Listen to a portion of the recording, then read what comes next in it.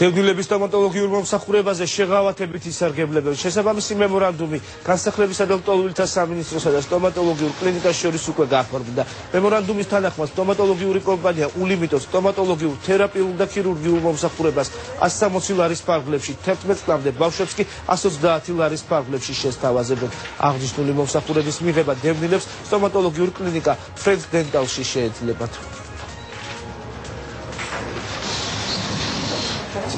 ჩვენ გვაქვს კლინიკაში დევნილი მოსახლეობისთვის შეღავათები, რომელიც გულისხმობს 160 ლარად ქირურგიული, თერაპიული მომსახურება ნებისმიერ რაოდენობის ულიმიტოდ და ეს თანხა გაუნაწილდება დევნილებს 3 თვეზე. სტომატოლოგიური მომსახურება საკმაოდ ძვირი სიამოვნებაა საქართველოში და მე ვფიქრობ დღევანდელი შემოთავაზება შეღავათიანი მომსახურება გარკვეულ დახმარებას გაუწევს ჩვენს დევნილებს, შეუსუბუქებს მათ ცხოვრებას და ამის დიდი სურვილი გვაქვს ჩვენ.